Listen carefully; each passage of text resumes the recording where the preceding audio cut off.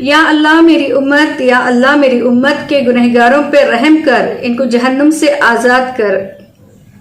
کہ اتنے میں حکم آ گیا، اے میرے محبوب غم نہ کر، میں تم کو اتنا عطا کر دوں گا کہ راضی ہو جائیں گے۔ آپ صلی اللہ علیہ وسلم خوشی سے کھل اٹھے اور فرمایا، لوگوں، اللہ نے مجھ سے وعدہ کر لیا ہے کہ وہ روز قیامت مجھے میری امت کے معاملے میں خوب راضی کریں گا، اور مجھے اس وقت تک راضی نہیں ہونا جب تک میرا آخری امتی بھی جنت میں نہ چلا جائے۔ ناظرین اکرام، ہمارے نبی صلی اللہ علیہ وسلم اتنے شفیق، امت کے غمخوار ہیں، لیکن بدلے میں ہم نے ان کے لیے کیا کیا؟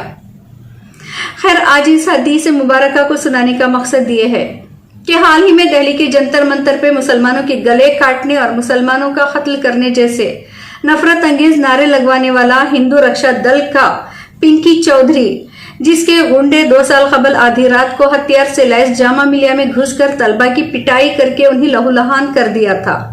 اس کے علاوہ اسلام اور مسلمانوں کے خلاف ہندوؤں کو بھڑکانے اکسانے کی کئی ویڈیوز اس کی سامنے آئی ہیں۔ باوجود ہم مسلمانوں نے اس کے خلاف ویڈیو شیئر اور فارورڈ کرنے کی سوا کچھ نہیں کیا، بلکہ اس کی ہر گندی حرکت کو نظر انداز کرتے ہوئے خاموش رہے۔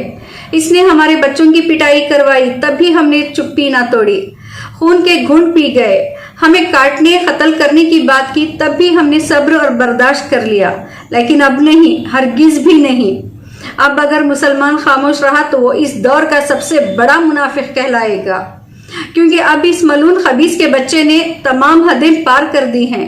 اس نے جو حماقت کی ہے وہ قطعی معافی کے قابل نہیں ہے، کیونکہ آج اس نے ہمارے پیارے نبی صلی اللہ علیہ وسلم کی شان اقدس میں گستاخی کی ہے اور آپ صلی اللہ علیہ وسلم کے بارے میں نازیبا توہین آمیز الفاظ استعمال کیے ہیں، پھر بھی وہ صحیح سلامت کھلے عام سانڈ کی طرح گھوم رہا ہے۔ ایسے میں مسلمانوں کی غیرت کہاں مر گئی ہے؟ وہ جوش ولولہ محبت کا وہ جذبہ کہاں دفن ہو گیا ہے؟ ایک وقت تھا جب یورپ، فرانس، دنیا کے کسی بھی کونے میں گستاخی کی جاتی تو ہندوستان کا مسلمان تڑپ اٹھتا تھا۔ کچھ سال قبل ایک پرنٹنگ پریس میں پرنٹنگ کے دوران محض ایک نقطے کی غلطی ہو گئی تھی۔ رحمت العالمین ٹائپ کرتے ہوئے رحمت کی جگہ زحمت لکھ دیا گیا، یعنی رے کے اوپر غلطی سے نقطہ لگ گیا، جو مسلمان برداشت نہیں کر پائے۔ پھر جو ہوا وہ ساری دنیا دیکھتی رہ گئی۔ دشمنان اسلام میں ایسا خوف طاری ہو گیا کہ ایک مدت تک کسی انگلی، کسی زبان میں اتنی ہمت نہ تھی کہ وہ حرکت کرے۔ ہندو رکشا دل کیول اور کیول مسلمانوں سے لڑنے کے لیے بنا ہے اور اسلام کو سماپت کرنے کے لیے بنا ہے ہندو رکشا دل۔ یہ ملا، یہ سالے سور، جب شکروار ہوتا ہے، جب ان کی نماز کا سمے ہوتا ہے، یہ بھوسڑی کے سارے ٹوپی لگا کے ایک پنکتی میں چلنے کا کام کرتے ہیں۔ یہ مسلمان سالے دکھانا کیا چاہ رہے ہیں؟ یہ مسلمان چاہ کیا رہے ہیں؟ یہ بھوسڑی والے کیول ایک چیز چاہ رہے، ٹوپی لگا کے پنکتی میں چلو اور ہندو ڈر جائے گا۔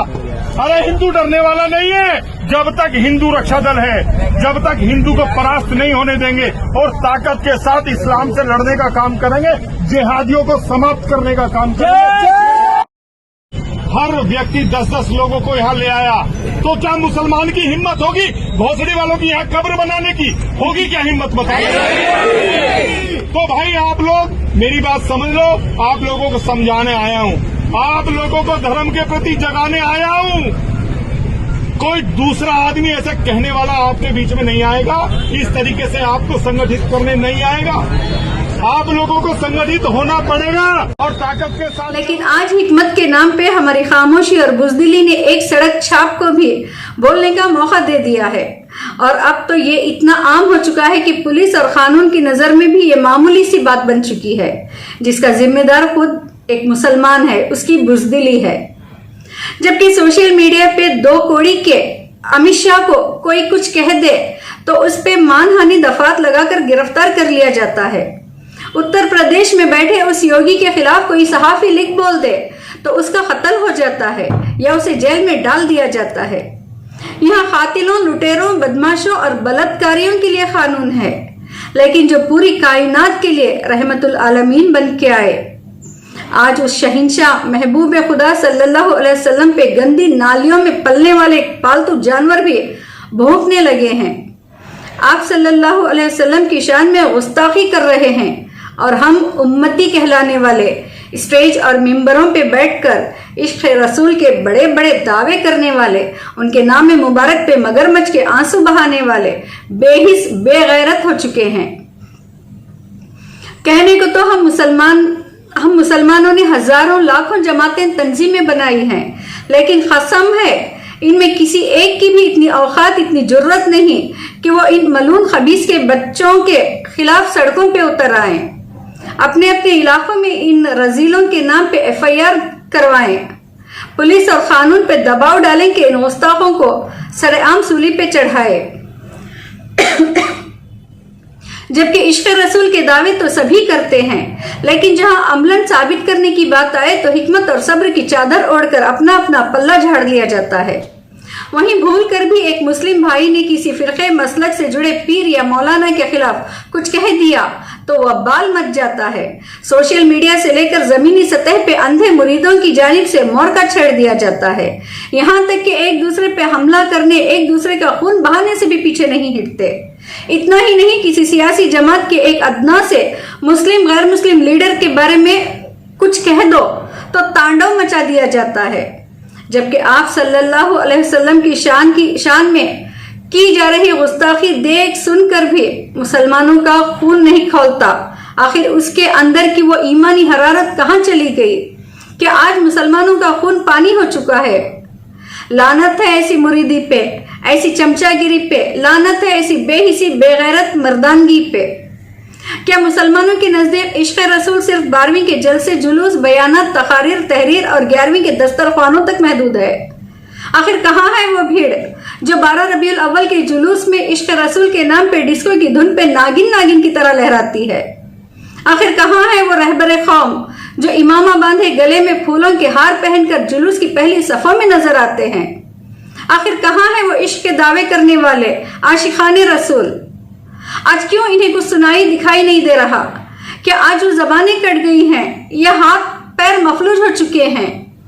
یا عشق کا معیار بس اتنا ہی ہے کہ ایک احتجاج میمورنڈم دینے کے لیے بھی نکلیں تو اپنی تنظیم جماعت کے بینر کے نام پہ لڑ جھگڑنے لگ جائیں، جیسے کہ یہ کوئی بینر نہ ہو، کفن ہو جس کو پہن کر خبر میں جانا ہو۔ شرم مانی چاہیے ہمیں کہ اپنے پیارے نبی صلی اللہ علیہ وسلم کے خاطر آپسی اختلافات کو نظر انداز کر دشمن کے آگے متحد تک نہیں ہو سکتے۔ جس امت کے غم میں میرے آقا صلی اللہ علیہ وسلم نے راتیں جا کر سجدوں میں گزار دی، بھوکے پیاسے اپنے اوپر پتھر کھائے، کتنی اذیتیں برداشت کی، زندگی کے آخری لمحوں میں بھی امتی امتی کہتے رہے، لیکن اس امت نے اپنے نبی صلی اللہ علیہ وسلم کو، ان کی محبت اور ان کی قربانیوں کو بھلا دیا ہے۔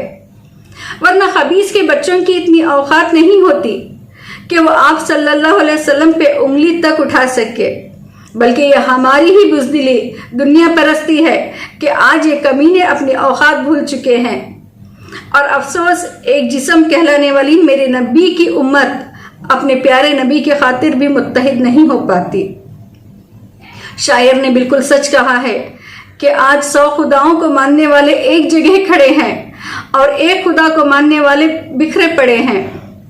اگر آپ میں تھوڑی بھی غیرت باقی ہے تو خدارا لب کھولیں، اپنے علاقوں میں ان خبیثوں کے خلاف FIR کروائیں، انہیں گرفتار کر کے سخت سزا دینے کے لیے سرکار پہ دباؤ ڈالیں، ورنہ ایسا نہ ہو کہ NRC کے وقت اپنی نسلوں کی بقا کے خاطر لڑنے والی شاہین باغ کی خواتین ایک بار پھر اپنے آقا کی حرمت پہ مر مٹنے کے خاطر سڑکوں پہ اتر آئیں گی، اور آپ حکمت کے نام پر اپنی غیرت کا جنازہ خود اٹھوائیں گے۔